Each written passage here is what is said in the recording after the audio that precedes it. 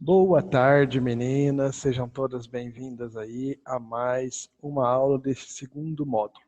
Na aula de hoje, como eu disse lá no vídeo, nós vamos falar sobre a saúde na terceira idade, né? Na aula passada nós vimos a saúde na infância e nessa aula nós vamos falar sobre a saúde na terceira idade. Tá? Antes da gente iniciar aqui, deixa eu fazer a chamada rapidinho. Está aí conosco a Valdirene, a Ana Maria, a Adriane, a Adriana e a Aparecida Helena. Aparecida Helena. E a Rosa, que está se conectando aí conosco também. Bom, na aula passada, como eu disse, aí nós falamos sobre a saúde na infância. E aí foi proposta para vocês duas atividadezinhas ali. Primeiro eu falava o seguinte, sobre os fatores que influenciam no crescimento e desenvolvimento infantil, assinale a alternativa que não represente um fator importante. Então, nós vamos assinalar a alternativa incorreta, né? A Angelita está se conectando aí também conosco. Bem-vinda, Angelita. Então, a incorreta aí. Alimentação, principalmente até os 5 anos de idade, higiene adequada da criança, dos alimentos, dos ambientes, são fatores essenciais para o bom crescimento. Cuidados gerais com a criança, em outras palavras, então a criança pequena necessita estabelecer relações afetivas, precisa de outras pessoas para ser estruturado como sujeito e para ter sua identidade própria. Roupas, brinquedos, móveis e outros produtos infantis de marca de primeira linha. E alternativa E, cuidados com a saúde, procurando serviços de forma preventiva também, e não apenas curativa. Então, qual que estava incorreto aí, que não é um fator que influencia? Né? Era a alternativa D, né? Que era roupas, brinquedos, imóveis e outros produtos infantis de marcas de primeira linha. Né? Então, não necessariamente precisa ter só a primeira linha. Né? Então, a criança não precisa andar só de roupa, somente roupa de marca, né? Desde que ela tenha uma roupa adequada, né? Uma roupa digna, tudo bem, não precisa ser primeira linha. Né? Brinquedos também, não necessariamente precisa ter lá o que passa na televisão. Né? Então, a alternativa incorreta era D. Isso não vai influenciar o desenvolvimento infantil aí, tá bom? A segunda falava assim, assinale a alternativa incorreta com relação ao desenvolvimento de uma rotina saudável. Promover alimentação saudável, rico em cores e nutrientes variados, manter a rotina de sono adequada, oferecer TV e videogame à vontade à criança, então desregrado, promover atividades físicas variadas e estimular a prática constante da higiene bucal. Qual que é a incorreta aí também? É a alternativa C, né? Oferecer TV e videogame à vontade à criança, né? Isso está incorreto. Eu falei na aula passada para vocês, né, que mesmo a criança, ela deve ter regrado o tempo de televisão, o tempo de computador, tablet e o tempo de videogame. Então não é à vontade para a criança, tudo com regras. Essas eram as duas atividadezinhas aí da semana passada, né? Uma atividade bem simplesinha aí. E vamos então iniciar o tema da nossa aula de hoje. Compartilhando minha tela aqui com vocês.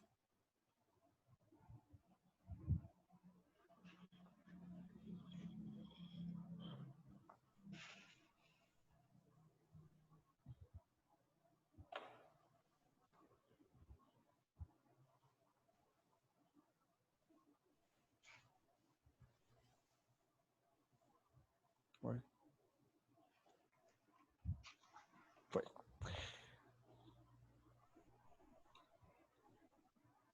Bom, na aula de hoje, como eu disse, nós vamos falar então sobre a saúde na terceira idade. Vamos entender então qual que é aí o papel do cuidador, tá? Sobre o envelhecimento saudável, né? Vamos falar sobre o envelhecimento ativo e vamos também reconhecer os principais problemas de saúde que são encontrados na terceira idade. Bom, são os principais problemas de saúde aí.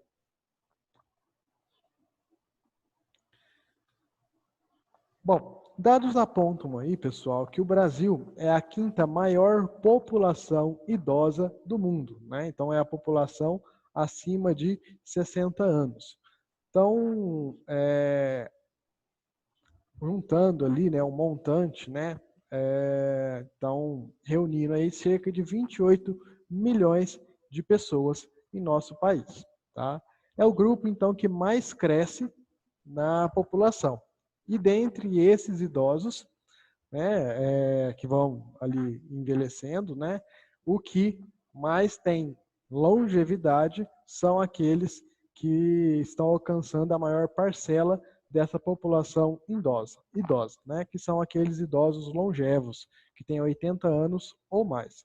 Por isso, o envelhecimento saudável é algo crucial para a gente manter as funções e as capacidades, seja elas físicas, psicológicas, cognitivas, do nosso paciente. Então, abrangendo aí, abarcando tudo isso daí, a capacidade funcional geral do nosso indivíduo, né? E aí surge um questionamento.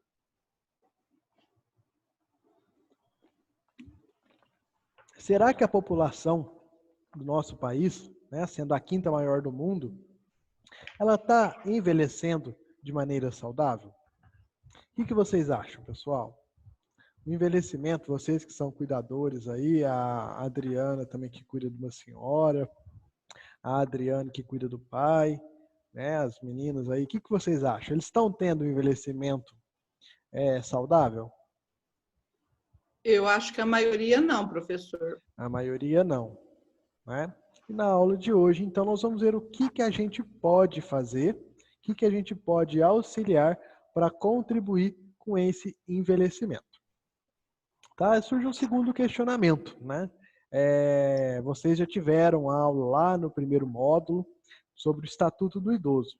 E no Estatuto do Idoso falava de uma faixa etária, né? Que faixa etária era essa? Né? Com quantos anos uma pessoa é considerada idosa, segundo a lei? Depois de 65 anos. Depois dos 60, 65 anos, né? E aí eu pergunto para vocês, na população que nós temos hoje, né, com a longevidade que nós temos, uma pessoa com essa idade é uma pessoa idosa já? Não. Né? Muitas das vezes, não. Né? A gente tinha, há um tempo atrás, né, no tempo de nossos pais, nossos avós, uma pessoa com seus 50 anos, 55 anos, né, ela já tinha os traços bem Gastando. eu não queria falar essa palavra, mas poderia ser, né? Ela tinha uma fisionomia já mais sofrida, né? Ela já tinha as marcas da idade, né? E uma pessoa de 60 anos era uma pessoa bem idosa, né? Quando a nossa legislação foi feita lá, né? Então, a gente carrega ainda um pouco desses traços aí. Mas a gente sabe que hoje em dia, uma pessoa de 60 anos é totalmente ativa, né? É uma pessoa que a gente não pode chamar ela já de idosa. O que vocês acham? A partir de que idade, né, a gente poderia considerar uma pessoa idosa? Né? Lembrando ali, né, não que a pessoa fique doente, que tenha alguma intercorrência aí. Eu julgaria hoje, né, não sei vocês, que uma pessoa idosa seria uma pessoa acima dos 80 anos, quando ela já tem a mobilidade comprometida, 75 anos, né?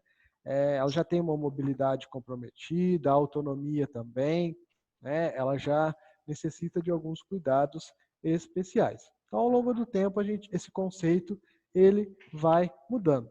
E aí, estudos foram feitos para mensurar os principais problemas que iam interferir na saúde da terceira idade. Viram que em 51%, né, dos problemas, eles eram decorrentes, então um pouco mais da metade, eram decorrentes dos hábitos de vida. Né? Hereditariedade, né, que é problemas de família mesmo, né, que vem de pai para filho, é em torno de 20%. As condições ambientais também, né, 19% ali, e as doenças interferiam apenas com 10%. Né? E aí a gente percebeu, com esse estudo aí, que a grande parcela, ou a grande fatia desse bolo aí que interfere na saúde da terceira idade são hábitos de vida. E hábitos de vida são facilmente mudados, né? Facilmente controlados. E nós, enquanto cuidadores, podemos então auxiliar muitos nossos pacientes. Nós temos aqui um ciclo, né? Se eu tenho, né, então tendo que a grande parcela aí dos problemas, eles são oriundos, são decorrentes dos hábitos de vida que o nosso paciente tem, eu tenho que uma boa qualidade de vida vai gerar um bem-estar físico no meu paciente, um bem-estar que a gente está procurando, que está ligado também à harmonia do paciente, à parte psicológica do paciente, ele estar bem, ele estar harmônico consigo mesmo e com as pessoas no entorno. Isso gera equilíbrio nas relações familiares, equilíbrio nas relações laborais, equilíbrio dentro da comunidade, o que acaba gerando novamente qualidade de vida. Se algum desses elos dessa cadeia ele estiver deficiente, eu vou comprometer todo o ciclo. Né? Então, se a gente conseguir, enquanto cuidadores, entrar aí nesse elo ali, nesse ciclo, né, e oferecer a qualidade de vida do paciente, nós vamos acabar, e com certeza, né, interferir em todos esses outros aspectos. Né, e a gente vai conseguir oferecer cada vez mais e mais e mais qualidade de vida para os nossos pacientes. Então, oferecendo, então, mudando hábitos de vida, oferecendo qualidade, minimizando os principais problemas de saúde, eu vou fazer com que esse meu indivíduo fique bem, fique equilibrado com seus familiares, no seu ambiente de trabalho e dentro da comunidade. Tá? Mas algumas patologias, né, que eu falei para vocês lá, que é apenas em torno de 10%, né, então nós vimos que hábitos de vida dá para a gente controlar. Hereditariedade, infelizmente, não tem o que se fazer. Problemas hereditários são hereditários mesmo. Condições ambientais e as doenças. Vamos ver as principais doenças que acometem os nossos pacientes. Ganha disparado aí, em primeiro lugar, como principal patologia da terceira idade, é a hipertensão arterial sistêmica, ou a RAS. Né? Essa hipertensão ela pode ser decorrente de vários fatores, pelo próprio processo do envelhecimento, né? Pelo envelhecimento, né? E pelo declínio das atividades normais, fisiológicas do paciente, né, do controle do tônus vaso muscular ali, do vaso constritor e vaso dilatador, pode ser por uma alteração cardíaca. Então, a hipertensão é um dos principais problemas que acometem os nossos pacientes. O segundo maior problema aí é o diabetes. Diabetes que ele tem.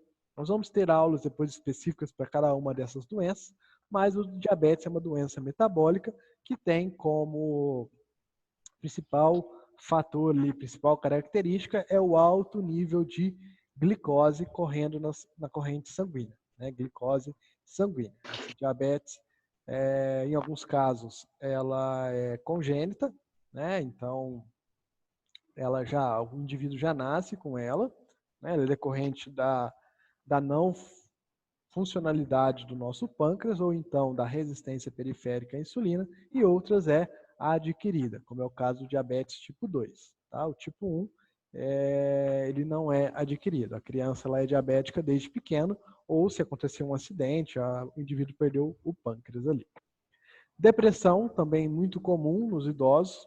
e acho que vocês já têm aí condição de entender um pouco sobre isso, tá bom? Sobre essa depressão, embora que nós teremos depois uma aula também específica para ela, mas pode ser pela própria condição do paciente, que outrora era totalmente ativo e agora ele está dependente, né? Pode ser por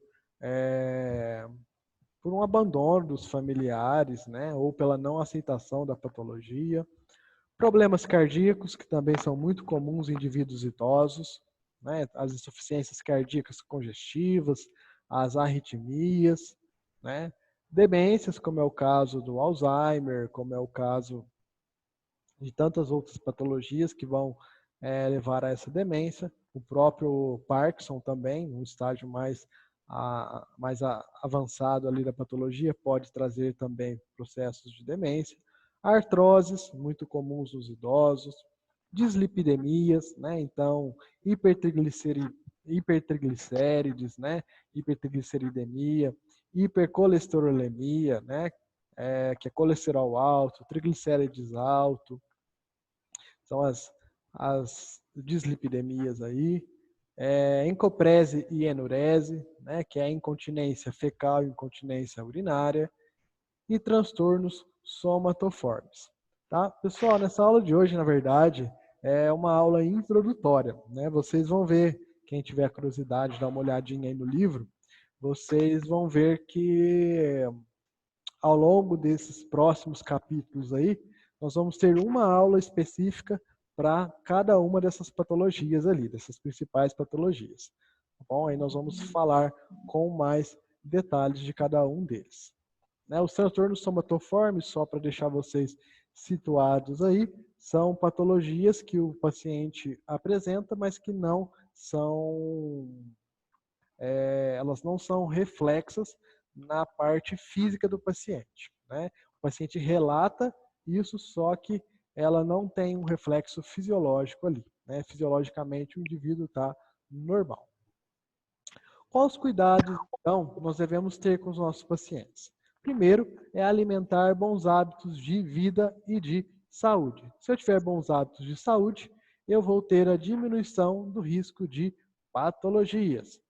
Com bons hábitos também, uma vez que mais de 50% está ligado a fatores ambientais ali, né, a fatores de hábitos de vida do paciente, eu vou conseguir prevenir ou reverter possíveis perdas funcionais do nosso paciente. Vou também, através de bons hábitos de vida, manter a independência do meu paciente. Vou fazer a manutenção da independência. E, por bons hábitos de vida também, eu consigo preservar a autonomia do meu paciente. Né? Sendo que 51% das patologias, das intercorrências da terceira idade vem de bons hábitos de vida, eu consigo, só com a manutenção desses hábitos, diminuir doenças, preveni-las, de reduzir as perdas funcionais e manter a independência e a autonomia do meu paciente. E aí entra o cuidador aí nessa história, né? Entra o nosso papel enquanto cuidadores para a manutenção de bons hábitos de vida dos nossos pacientes. É muito importante, então, que o cuidador fique atento aos hábitos de vida dos nossos pacientes. Ele deve entender quais ações podem ser realizadas para a promoção da saúde e para a manutenção do bem-estar dos nossos pacientes. Como que a gente faz isso? Controlando, então, a pressão arterial do nosso paciente. Nós vamos ter uma aula só sobre hipertensão arterial e vocês vão entender como que se afere a pressão arterial. Estimular o paciente a praticar atividades físicas, essas atividades que vão dar tônus muscular, vai dar força muscular, vai melhorar o equilíbrio dos nossos pacientes, né? Vai dar resistência para o nosso paciente, essas atividades físicas. Então, com essas atividades, eu mantenho a autonomia do meu paciente e eu mantenho também a qualidade de vida dele. Fazer consultas regulares ao geriatra, né? Então, quanto mais cedo for diagnosticado possíveis patologias, menos danos ela vai ter, né? Então, qualquer outra intercorrência ali. Então, consultar de 6 em 6 meses, se não tiver nenhuma intercorrência, ou uma vez ao ano, fazer os exames de rotina, né? Aquela batelada de exames com o nosso paciente, né? Então, regularmente. Promover uma alimentação saudável, né? Tudo isso a gente pode auxiliar o nosso paciente. Uma alimentação rica em frutas, verduras, uma alimentação bem colorida, né, rica em nutrientes. Né? Vocês vão ter depois uma aula que vai falar sobre a alimentação. Mas já adiantando aí, a pirâmide do alimento, uma alimentação bem equilibrada, né, com os vários grupamentos alimentares, como carboidratos, proteínas, vitaminas, gorduras, né, as gorduras boas, os óleos, né? Todas esses nutrientes então devem ser incorporados. Via de regra, pessoal, então nenhum paciente, a não ser que ele tenha alguma restrição, ele não deve deixar de comer nenhum grupo alimentar, né? A única restrição seria, por exemplo, diabéticos de comer doce, né? Ou alguma outra restrição médica. Do contrário, a alimentação ela deve ser o mais variada possível, o mais colorida possível, o mais natural. Oferecer uma oferta hídrica diária adequada também, em torno de 1,5 litro a 2 litros. Né? Pacientes, principalmente pacientes acamados, pacientes idosos, eles têm dificuldade de expressar a sede. Né? Então, o mecanismo que nos dá sede, eles estão um pouco alterados nesses pacientes. Então, é importante que nós ofereçamos esses líquidos frequentemente, ainda mais nesses últimos tempos, agora que estamos vivendo um calor muito forte. Né? Então, de 1 em 1 hora, de meia em meia hora, oferece lá um copo americano de água para o nosso paciente, mesmo que ele não relate sede. A gente não deve esperar o paciente reclamar de sede para oferecer líquido para ele. A gente deve oferecer frequentemente, tá bom? Parece uma quantidade meio grande, né? 1,5 litro, mas tendo em base que um copo americano ele tem em torno de 120 ml, 150 ml, né? Aqueles copinhos pequenininhos, a gente consegue oferecer isso, né, ao longo de todo o dia. Então, se ele tiver 150 ml, são 10 copos. 10 copos dividido ao longo do dia, dá, por exemplo, 3 copos pela manhã, 4 copos entre o horário do almoço e a noite, né, a tardezinha, e mais 3 copos no entardecer. Tá? Não é algo muito fora. Se o paciente bebe aquele copo de requeijão, né, que é o que a gente mais utiliza aí, aquele copo tem 200 ml.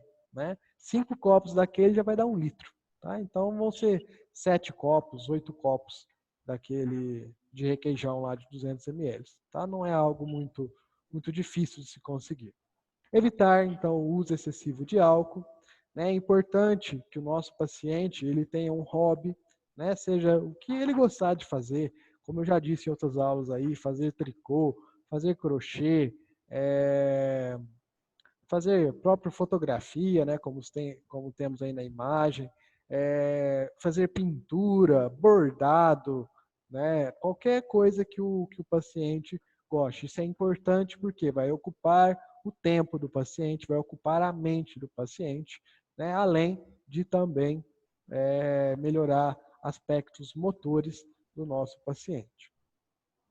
Evitar é muito importante o isolamento social do nosso paciente, então integrar esse paciente com familiares, com a sociedade. Né? Então o isolamento ele vai deixando o paciente cada vez mais triste, vai deixando o paciente mais deprimido. Né? Ter horas de sono adequada, então um paciente adulto ele deve ter no mínimo 8 horas de sono. Né? Os idosos às vezes um pouco menos, dormem 7 horas, 6 horas e meia. Fazer exercícios para a mente, né? Então, quebra-cabeças, jogo da memória, caça-palavras, palavras cruzadas, né? Tudo isso é muito importante. O cuidador, então, ele deve, para isso, entender o papel do envelhecimento ativo. Né? Ele tem que entender o que é esse envelhecimento ativo. Tá? É um processo que a gente otimiza as oportunidades de saúde, permitindo ao idoso perceber os potenciais que ele tem para o seu bem-estar físico, mental, social ao longo da vida, né? Fazendo com que esse idoso fique engajado na sociedade de acordo com as suas necessidades, com as suas habilidades, com as suas capacidades, desejos e capacidades, como eu já disse, né? Então, o que é esse envelhecimento ativo? Como nós falamos no começo da aula lá, uma pessoa de 65 anos, né, uma pessoa de 70 anos, ainda está totalmente ativo, né? A gente não precisa uma pessoa dessa idade ser aquela velhinha que fica na cadeira de balanço com um óculosinho no meio do nariz fazendo tricô, né? Ou sentada no sofá assistindo novela, né? O velhinho, né? O senhorzinho, não precisa ser aquele senhorzinho de 70 anos que não tem mais nada para fazer, né? Ele vai acordar cedo, ele não tem que ir trabalhar, né? Então ele vai para a praça jogar dominó ou jogar carteado ali, ou vai na porta do supermercado, esperar o supermercado abrir, né? Não necessariamente, né? A gente pode manter esse idoso da forma mais ativa possível, né? Otimizando essas oportunidades que o paciente tem. Qual potencial meu paciente tem? Meu paciente ele é muito bom com palavras. Opa, então vamos fazer poesias, né? Vamos fazer do nosso idoso um poeta, né? Ele tem um potencial para jardinagem, por exemplo. Uma boa ideia ali, né? Ele cultivar o jardim. Isso vai fazer com que ele fique ativo. Meu idoso ele é bom com pintura. Então vamos fazer pinturas. Quem sabe ele pinte lá 4, 5 ou 6 quadros, faz uma pequena exposição ou faz quadros para os familiares, né? Um para cada filho ou um para cada neto, né? Então perceber e estimular esse potencial, tá? O que vai ocasionar esse bem-estar físico, esse bem-estar mental ao longo de toda a vida e vai engajar esse idoso na sociedade. Outra coisa muito legal, eu moro do lado do supermercado, né? Agora não tem feito isso, mas já faz um tempo que eu não vejo. Mas antigamente no supermercado, no estacionamento, tinha atividades físicas para esses idosos, né? Então eles faziam atividades ali, engajava ele na sociedade, fazer excursões com esses pacientes, né? Tudo isso está ligado ao envelhecimento ativo, tá? Qual que é o objetivo desse envelhecimento? Qual objetivo nós temos em oferecer esse envelhecimento ativo? É que o paciente ele tenha uma postura ativa, uma postura que o paciente ele vai estar engajado, né? Que ele vai se fazer presente ali, né? Postura é essa que vai trazer um significado de vida. Porque muitas das vezes o paciente idoso, o jovem idoso, né? Vocês forem estudar aí, nós temos diversas classificações, né? Nós temos o jovem idoso, o idoso, né? De a terceira idade lá, né? De média idade, e nós temos também o idoso de longa vida, né, ou de longa idade, que são aqueles que passam dos 90. Mas vamos colocar aí no jovem idoso, que tem seus 65 anos, né, 70 anos, quando ele se aposenta.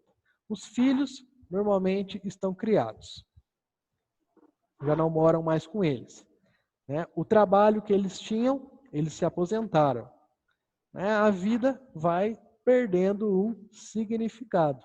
O que ele vai fazer agora de bom? Né? O que ele tem? Agora ele tem um excesso de tempo livre. Então, com esse envelhecimento ativo, a gente vai trazer um significado novo à vida. Esse é o momento em que ele vai se realizar pessoalmente, fazer aquilo que ele não conseguiu fazer enquanto ele era mais jovem. O meu idoso gostava de pintar, ele gostava de fazer pintura, pintar paisagem, né? Agora, ele não, no momento ele não podia, porque ele trabalhava, ele tinha que criar os filhos, não tinha tempo. Agora é o momento, então vamos realizar pessoalmente o nosso paciente. Ele gostava de viajar, ele tinha um sonho de viajar. Beleza, essa é a hora de viajar, né? E as nossas agências também de viagem, elas têm todo um aparato voltado para esse público, que é a população que mais cresce, né? melhorar, então, a qualidade de vida dos nossos pacientes. É um grande desafio para nós enquanto cuidador, de forma que nós temos que compreender o seu paciente, né, o nosso paciente, para que a gente possa proporcionar esse envelhecimento saudável. Quais são os anseios do meu paciente? Quais são as limitações que ele apresenta? Quais são as preferências? O que ele gosta de fazer, né? Devemos avaliar também as questões emocionais, a questão da história de vida do paciente. Compreendendo então o paciente, nós podemos estimular o autoconhecimento e a independência nas pequenas coisas. Tá bom? Bom, pessoal, na aula de hoje, então, nós aprendemos ali qual que é o papel do cuidador no desenvolvimento de hábitos de vida saudáveis. Vimos que os hábitos de vida são os maiores influenciadores do bem-estar da terceira idade, né? Então, a saúde na terceira idade é basicamente, majoritariamente influenciada pelos hábitos de vida, né? E mesmo diante das limitações do nosso paciente, nós devemos buscar o bem-estar e a autonomia deles, através de tudo isso que nós passamos na aula de hoje.